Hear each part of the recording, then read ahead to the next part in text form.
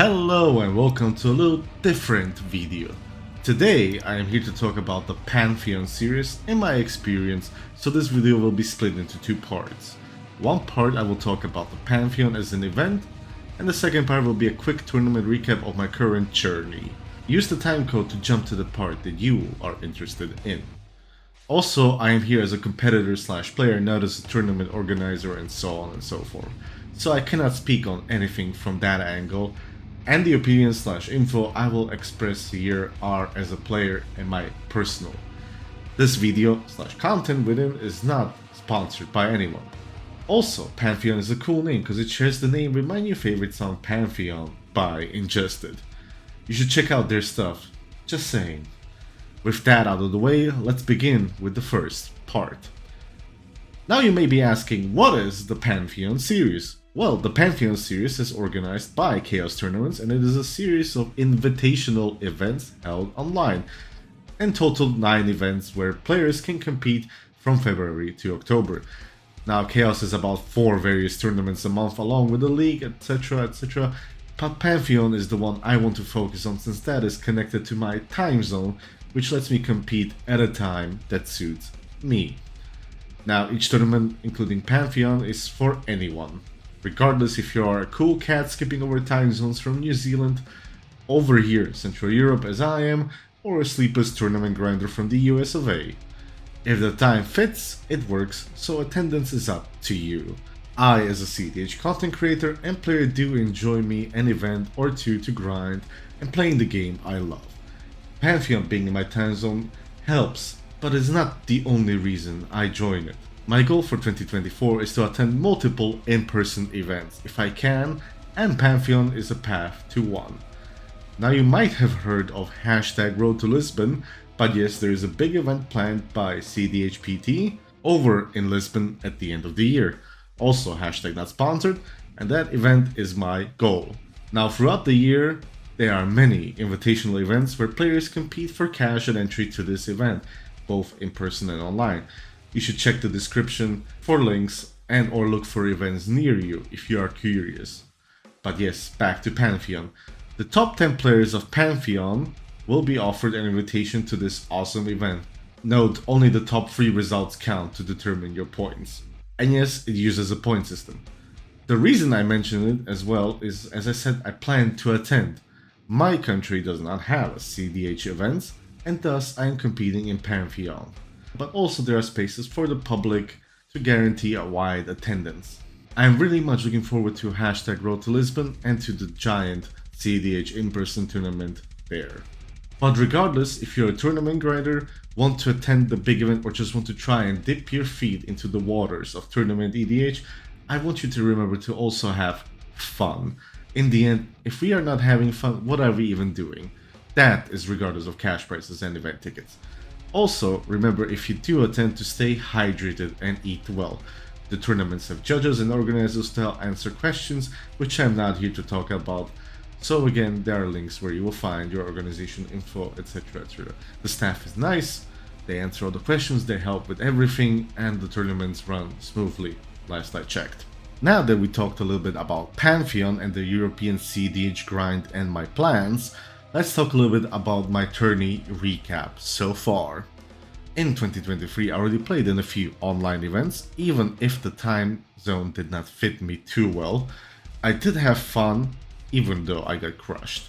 By no means these are my best results, but I am glad for the experience. So when Pantheon was announced, and it being exactly in my time zone, I was stoked. And so far I have joined 3 events. As mentioned earlier, only the top results count for the top 10, so let's look at how I did. Pantheon 1 was in February 2024. I entered this event with my Malcolm Francisco deck. And yes, eagle-eyed viewers know that I have not yet played this deck on my channel. Don't worry, you will get to see it soon. Round 1 was me in first seat against Tyam in second, Kenny in third, and Kinnan in fourth. It was a very hard game where I went for a turn 2 heuristic study instead of a winning line. In the end, we lost to Tyam. It was a really grindy game, and especially it was the first match of the game. I think we went overtime for like 30 minutes almost in the final victory turn of time. Also, yes, I am very bad with names, but if something stuck out, I will mention it, do not worry. Round 2 was another grindy match with me going third, with Timnakram in first, Animar going second, and fourth was Marnius Kolgar. It was a fun matchup and we grinded each other to a draw. I do not even remember seeing a win attempt. It was fun, however, seeing Animar in the event. If you guys played there, remind me of how the game went.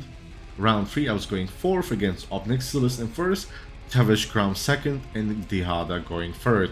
Going last I kept a slow hand with a Force of Will, but Dihada had a turn 1 Grand Abolisher. The Abolisher stayed till the end of the game in play, so yes, we became the Harry Potter meme of 3 of us not having removal. I also remember player 2 trying to go for a turn 2 Ka0s that I stopped with the set force, but an unanswered Abolisher took us apart a few turns later. And in round 4, I was going third against Najila in first, Yoriko in second, and the cool guy Skip going fourth on Tevesh Krom. And I do remember this game very well. Not just because the Tevesh Krom player is fun and a fan, but because we got buried by not only Yoriko, but 2 Talions, one from Tevesh Krom and one copying it, and some Bowmasters and clones. I could never get my combo online. Tevesh Krom died first, and then finally before the round ended, me and Najila died to our own the 1 ring triggers. Needless to say, with 3 losses and 1 draw, I dropped to ease and relaxed the rest of the evening, but you know my mind is never at rest. The event was won by the friendly T-Dynamite T on Will Lucas Super Friends, but not a Lurus version, kinda like Blue's Clues from a different event. Which I mentioned for a specific reason. After I have dropped, I was already thinking of Pantheon II and what to play. Now months of cEDH TV did a video on the Blue's Clues deck as a part of a tournament recap, and I watched it and one card caught my eye, so I wanted to test it. Also, Murder's a Card of Mana just dropped, which also had a fun different card I wanted to test, namely Delny. So once I dropped from the event, I began to think and build a deck, which was Lucas and Will, without Lurus, to play both Delny and Braids, which I wanted to try for some time in cEDH. A few hours later, Dynamite won, and the rest is history. I ended up 48th, so yes, onto Pantheon II, and spoiler alert, I made the top 16 in that one. I was as shocked as it could be, but that was my plan and goal, and I got there. Pantheon II happened on the 3rd of March 2024 and had 59 registered entries, and as I mentioned before, I was playing Will and Lucas, similar version to what I played in the MLC in 2022, but yes, without Lurus. Round 1 I was going third against Tayam in first, Marnius Kolgar in second, and Kinnan on fourth. Deja vu anyone? That game ended in a draw since all my opponents moved to like 3 and 4 cards, and I had a turn 1 Ristic into a turn 3 Braids. Look at the screenshot I took, it's hilarious. Needless to say, I was the threat right from the start and all the other players converged and kept me in check. A fun draw and an awesome game nonetheless. In the time we played, I basically drew half my deck just from Ristic and Braids. Round 2, I was going first against Timnakram, Najila, and look, it's Skip again on Tevesh Krom. Now this game we had a very scary, very real threat from the Timnakram player that was really nuts, like on turn 3 I think. But as a team, we kinda managed to stop the player, while I also managed to Ka0s for an answer. Eventually I won the game on the turn where I let my gamble decide my fate. By that I mean, the gamble would have either found me a card or kept me a card that I would either stop player 2 from winning with a known breach in hand and lose to player 3 and 4, or try to win there and there. The gamble decided to go for the win. It was not the easiest game or win for me, but in the end we take those. Round 3 was hilarious, by the way, because I was going second against player 1 on Will and Lucas and Dynamite in C3 on Will and Lucas. Yes, a freeway mirror against player 4 on Etali. Etali was super scary, and if you want a full detailed match recap from the start to end, Mons from cEDH TV has you covered. Spoiler in 3, 2, 1. Etali wins in the end and leaves 6 children in the dust for better or worse. Round 4 I was going 4th against Rocco in first, Kenny in second, and Timnakram in third. Now this was my second win of the night. I do not remember much except the grinding station and breach is a hell of a combo till I found my lovely brain freeze, and with 2 wins and 1 draw and 1 loss I was basically smelling the top 16, so going into round 5 I was good with anything. Speaking of that, round 5, again I was going 4th against Taigam in 1st, Krakashima in 2nd and Kadena in 3rd. Yes, Kadena, you heard that right. Long story short, Taigen tried to get it, but got stopped and Krakashima buried us in coin flips. Shit happens. Regardless, we cut to the top 16. Literally, I made it there with my 2 wins, 2 losses and a draw, and I was super excited. I have reached my goal, so anything beyond that was a cherry on the top. In the semi-finals I was up against Italy again, this time going 1st, I was 2nd, Dynamite on Will and Lucas was going 3rd and Rock Tevesh going last.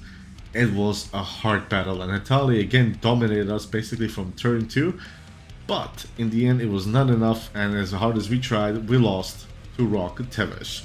Sometimes going last is not so bad. No matter what, I was happy with the result and I ended up being 9th. Also, this event was won by that Kadena in the end. What a time to be alive. Now we come to Pantheon III and the final recap of today. After I managed to get into the top 16, the next logical step was top 4 or right into the win. However, after the second tournament grind, which was long and exhausting, I remembered that sometimes a little fun and less serious attitude can make a tourney even more fun. So I decided a month in advance when I was going to play.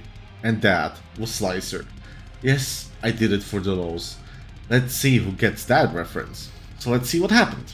Round 1 was Rocco going 1st with me 2nd against 2 Kinnan players.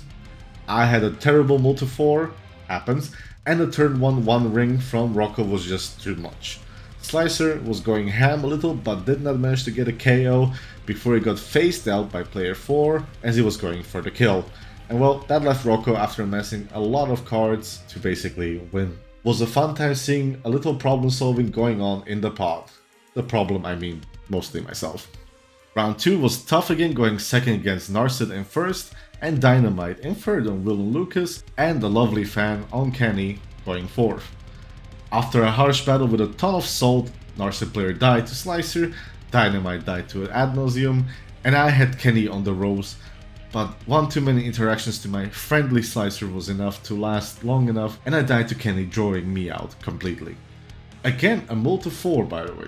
The tournament was not going my way, but I was having fun, and seeing people argue and play into my hand and into my Slicer was the goat. Round 3 I was going last against a funny Kenny, a Tivit and a Zer. 3 blue decks, and my lonely sum in red in 4th going again on a multi-4. Not even a turn 1 Slicer this time.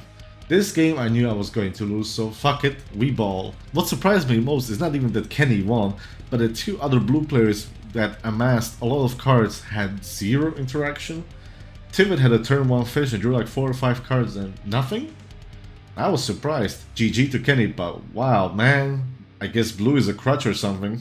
So you may be asking, Dev, why you multi-4 so many times? Well, it happens. You try to go for a turn 1 action, especially in Slicer, and sometimes it just explodes in your face. Hence why we do not even have to talk about round 4, since I got a bye, an auto win, we take those. But with that, I will move straight into round 5. It was me going 1st versus Krakashima, Roxai and Dihada. However, this time I had a different plan. Instead of going for a turn 1 Slicer, I was aiming for a turn 1, turn 2 stacks piece before Slicer, so on a multi-6 and a Topdeck Sol Ring allowed me to do the insane. A turn 1 Trinisphere, right into a turn 2 Slicer, which I followed up by a turn 3 Ruination. My opponents could not do anything against that, and Lady Luck was finally smiling upon me, and thanks to that, I won! And guess what? Top 16 again, baby! Moving on to semi-finals, we meet some familiar fun faces. It was me going 3rd up against Timna Krom in 1st, Dihada, and finally Kenny going last. Here my milling again took me down, this time to 5, no idea why this turning I had to mow so many times, but yeah, maybe the greed is real. Dihada had a win attempt and got stopped, and I tried to do a wheel on turn 3 to refuel my hand and maybe a little disruption to the other players, but it got stopped. Slicer did very little for it got legend ruled early on, and finally in the end we all died to Timna Krom, which pulled off a great breach win, so congratulations. It was another fun event in the end, less stress for me, and more laughing and hilarity and jokes than before, with a healthy dose of food and drink to boot. Finally, the tourney was taken down by MZ's Corvold. Hell yeah. Now that we talked about all this tournament stuff and recaps, was it all worth it? Well, looking at my placement in the leaderboard and settling in my plans for Lisbon, as we speak, I can for sure say everything was worth it. Oh, and yeah, there are many more months and events to go on. Check with your local tournament organizers and online to see some of them and play. You can always consider this a little challenge. A challenge for my place in the top 10 championship leaderboard. Will you be the one to knock me down? Prove your worth. In any case, I will see you in Lisbon and behind the veil.